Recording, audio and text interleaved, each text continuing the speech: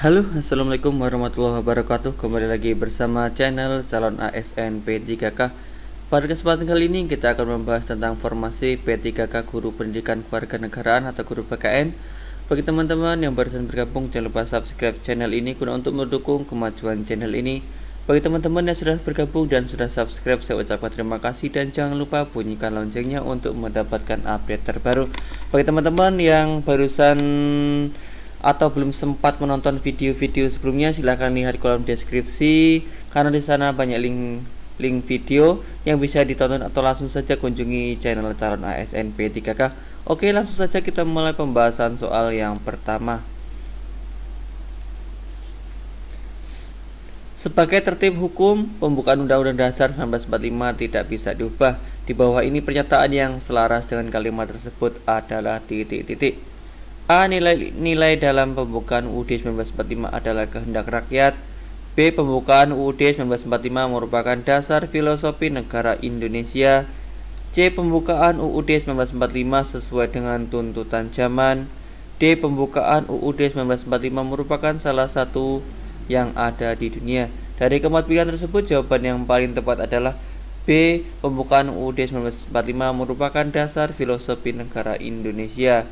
Soal nomor 2. Bangsa Indonesia menyatakan bahwa kemerdekaan merupakan rahmat Allah yang Maha Kuasa dan menunjukkan sisi religius bangsa Indonesia. Hal ini yang termaktub dalam pembukaan UUD 1945 alinea ke titik-titik. A1, B2, C3, D4. Dari keempat pilihan tersebut, jawaban yang paling tepat adalah C, alinea ketiga. Soal selanjutnya.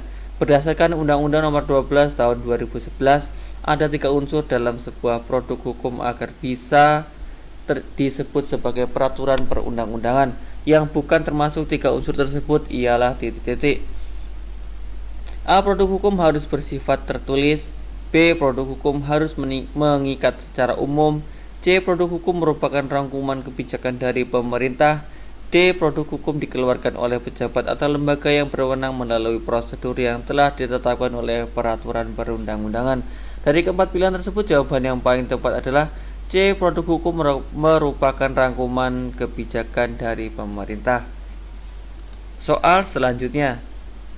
Peraturan perundang-undangan nasional yang tertinggi dalam hierarki adalah titik-titik. A. TAP MPR. B. Undang-undang. C. Undang-Undang Dasar 1945. D. Peraturan pemerintah. Dari keempat pilihan tersebut, jawaban yang paling tepat adalah C. Undang-Undang Dasar 1945. Soal selanjutnya. Sebagai nilai instrumental, UUD 1945 dikenal bersifat singkat dan supel atau elastis. UUD 1945 bersifat supel atau elastis mengandung arti bahwa titik-titik. A. UUD 1945 hanya memuat 37 pasal ditambah beberapa pasal aturan, peralihan, dan aturan tambahan. B. UUD 1945 bersifat rigid, kaku, dan tidak dapat diubah. C. UUD 1945 dapat diubah materinya sesuai dengan tuntutan perubahan zaman. D. UUD 1945 dapat diterima oleh bangsa manapun. Dari keempat pilihan tersebut, jawaban yang paling tepat adalah C. UUD 1945 dapat diubah materinya sesuai dengan tuntutan perubahan zaman. Soal selanjutnya. Landasan formal konstitusional atau landasan yuridis dalam pembentukan undang-undang adalah titik-titik. A. Pancasila. B. Kebijakan pemerintah. C. UUD 1945. D. Kenyataan yang tumbuh dalam masyarakat. Dari keempat pilihan tersebut, jawaban yang paling tepat adalah C. UUD 1945. Soal selanjutnya. Berikut ini merupakan ketentuan tentang prosedur perubahan UUD 1945 berdasarkan pasal 37 ayat 1-4 kecuali A. Usul perubahan pasal UUD dapat diagendakan dalam sidang MPR apabila diajukan oleh sekurang-kurangnya 1/3 dari jumlah anggota MPR.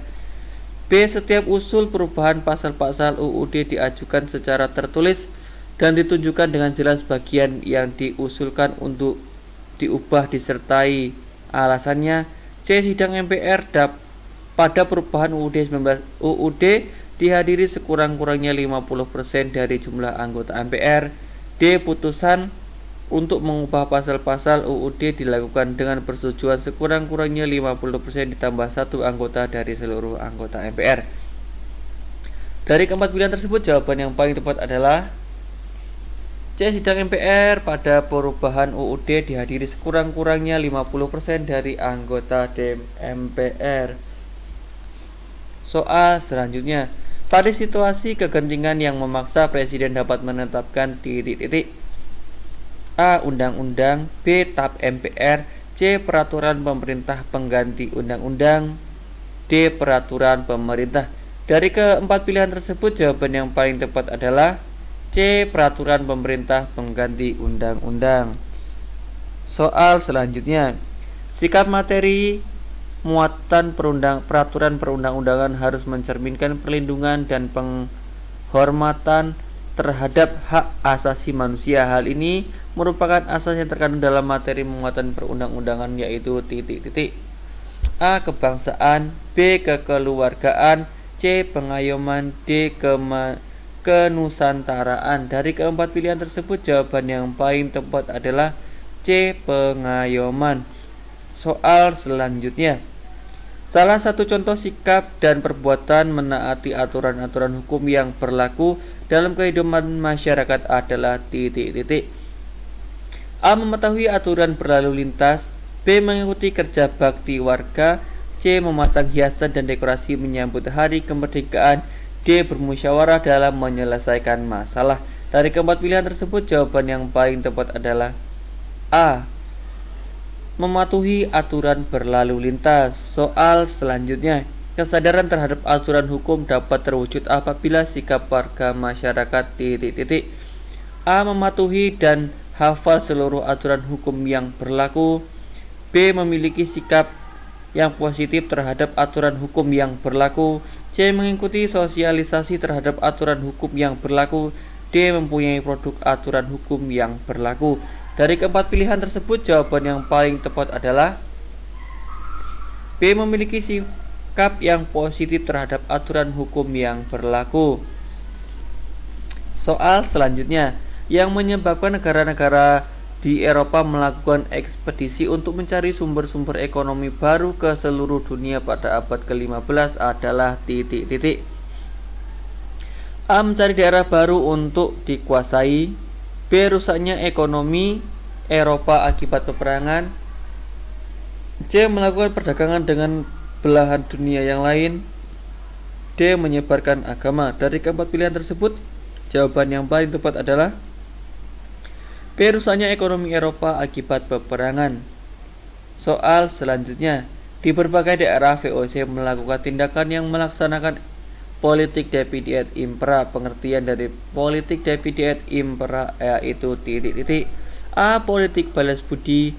B. Politik adu domba. C. Politik tebang pilih. D. Politik etis. Dari keempat pilihan tersebut, jawaban yang paling tepat adalah B. Politik adu domba.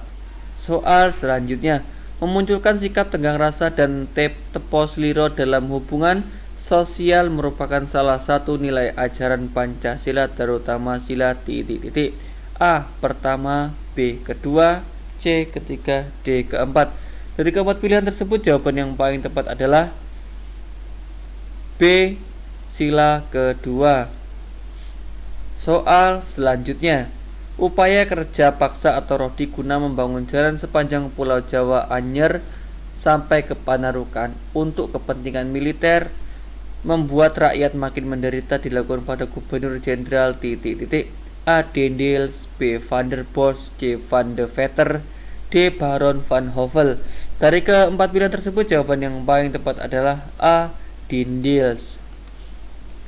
Soal selanjutnya, sistem tanam paksa mewajibkan rakyat menanami sebagian dari sawah atau ladangnya dengan tanaman yang ditentukan oleh pemerintah dan hasilnya diserahkan kepada pemerintah. Sistem tanam paksa ini disebut juga dengan titik-titik. A. Kultur stil sale. B. Kerja rodi. C. Divide et Impera. D. Politik etis. Dari keempat pilihan tersebut, jawaban yang paling tepat adalah A. Kultur stil sale. Soal selanjutnya, apabila keputusan musyawarah yang sudah disepakati tidak sesuai dengan pendapat kita, sikap kita adalah titik. A. Menerima keputusan musyawarah dengan penuh tanggung jawab. B. Melakukan protes terus-menerus terhadap pimpinan rapat. C. Menerima keputusan musyawarah dengan berat hati. D. Menolak mentah-mentah hasil keputusan tersebut. Dari keempat pilihan tersebut, jawaban yang paling tepat adalah A. Menerima keputusan musyawarah dengan penuh tanggung jawab. Soal selanjutnya, salah satu sikap yang dapat diterapkan sebagai nilai yang sesuai dengan pengamalan Pancasila ketika adalah titik. A. Pengakuan dan keyakinan bangsa Indonesia terhadap Tuhan Yang Maha Esa sebagai pencipta alam. B. Mengambil keputusan bersama dengan jalan musyawarah. C. Tolong menolong terhadap orang lain yang membutuhkan. D. Bangga dan menggunakan produk-produk anak bangsa. Dari keempat pilihan tersebut, jawaban yang paling tepat adalah D. Bangga dan menggunakan produk-produk anak bangsa. Soal selanjutnya, saat ada teman yang mengemukakan pendapat dalam sebuah rapat, sikap kita adalah titik. A. Menyela dan menginterupsi teman kita. B. Mendengarkan bila pendapat sama dengan pendapat kita. C. Ikut saja pendapat teman tersebut. D. Mendengar dan memperhatikan dengan seksama pendapat teman tersebut. Dari keempat pilihan tersebut, jawaban yang paling tepat adalah D. Mendengar dan memperhatikan dengan seksama pendapat teman tersebut. Soal selanjutnya, untuk mencegah terjadinya disintegrasi atau perpecahan dalam masyarakat, kita harus mengakui dan menghormati adanya perbedaan dalam masyarakat. Hal ini dapat diwujudkan dengan contoh perilaku di dalam kehidupan sehari-hari, misalnya titik. A. Ikut melaksanakan ibadah umat agama lain. B. Membayar pajak sesuai dengan ketentuan yang berlaku. C. Bekerja keras untuk kesejahteraan keluarga. D. Menjaga keamanan dan ketertiban saat umat lain merayakan hari raya agamanya.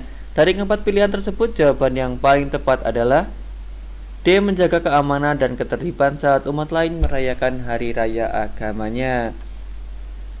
Soal selanjutnya, penderitaan bangsa Indonesia menumbuhkan benih perlawanan di berbagai daerah. Perjuangan melawan penjajah dipimpin ulama atau kaum bangsawan.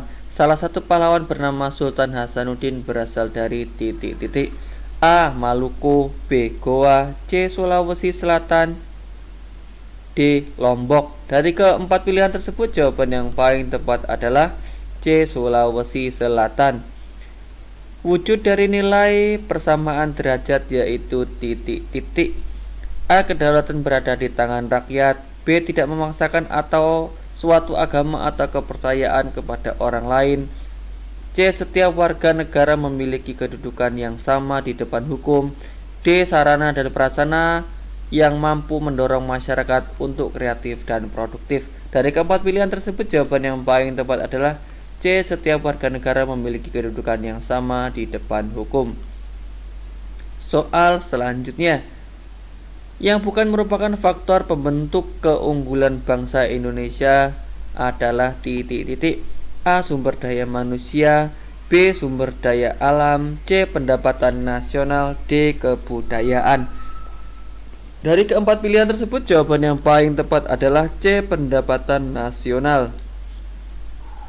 Soal selanjutnya, Sumpah Pemuda pada tanggal 28 Oktober 1928 bukan hanya menggerakkan para pemuda untuk meraih kemerdekaan, namun juga mempertegas jati diri bangsa Indonesia sebagai sebuah negara.